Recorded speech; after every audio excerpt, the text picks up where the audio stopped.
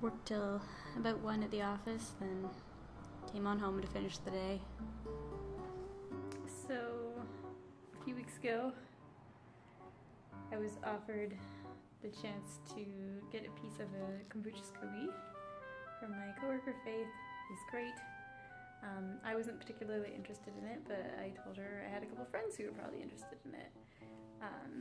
And I told those friends that I would hold these Scoobys and I would pick them up and keep them in my house until they were ready to come get them, but I would not be doing any of the work, and I didn't want really to make kombucha.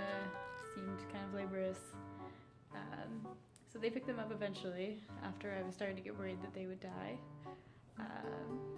And then people didn't seem to be really into the SCOBY. People seemed a little bit grossed out by the SCOBY, by the kombucha making process. So it's getting passed off again. Ends up back at my house. It's sitting here for a few days.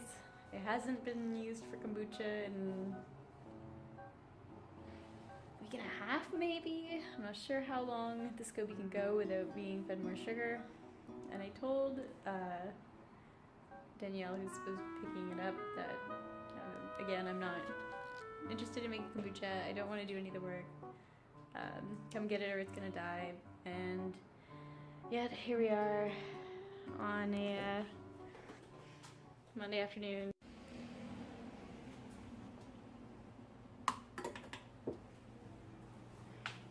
Doing the Scoob.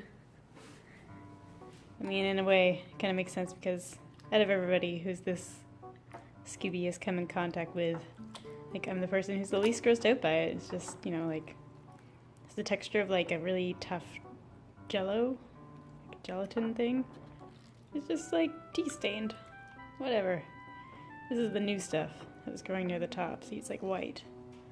It's not that bad. Anyway. See how this goes.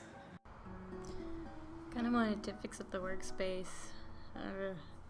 Really need to do some better cable management here.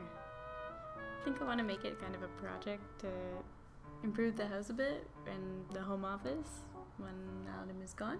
I don't know. Might be cool.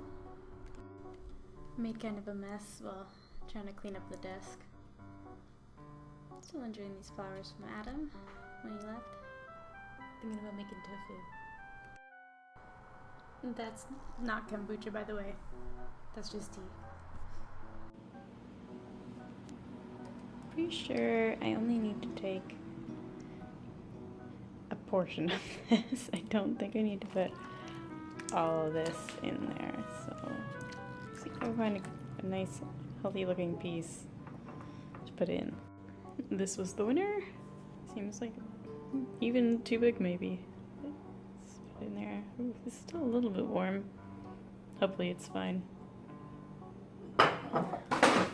And I guess I had to put some of this juice in here too. That will be hard to film. Need 2 hands, bite. I love it when there's a perfect circle from being at the top of a jar somewhere in another time. There's a couple of them. This is a good piece. And there's also, I think this is it, this huge flat piece. Like one thing. Whew, that's crazy. Anyway. Alright, there we go. Good luck, Scoob. I didn't have a coffee filter, so I'm using a napkin. I guess, I mean, I want to throw all of it out, but I don't think I'm going to keep all of it either. I'm just going to select a couple pieces, I think, and maybe I could just throw a bit of extra sugar in there. I don't know. Just find some good parts, and that will be what survives. Not a great shape.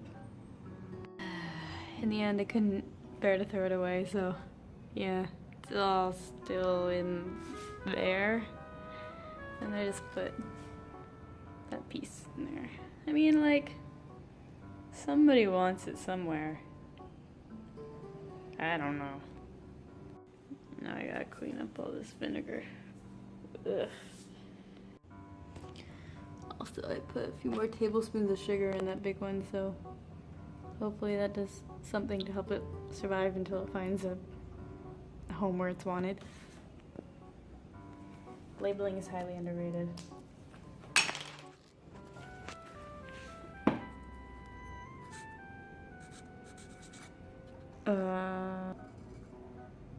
Totally forgot to deposit these checks in the bank for work. I gotta go. I actually was working from home today, in between the kombucha, but I didn't record that. Anyway, see you next time.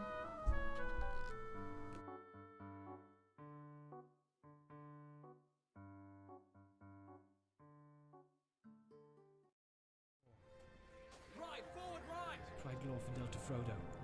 He did not obey at once, for a strange reluctance seized him. Checking the horse to a walk, he turned and looked back.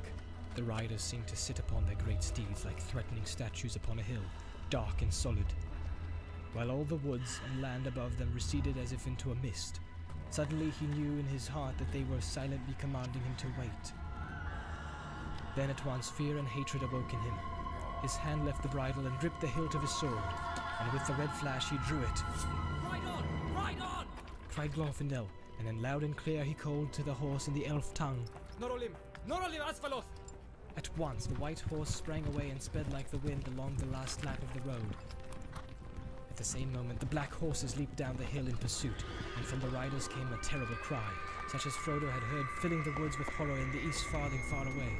It was answered, and to the dismay of Frodo and his friends out from the trees and rocks away on the left 4 other riders came flying.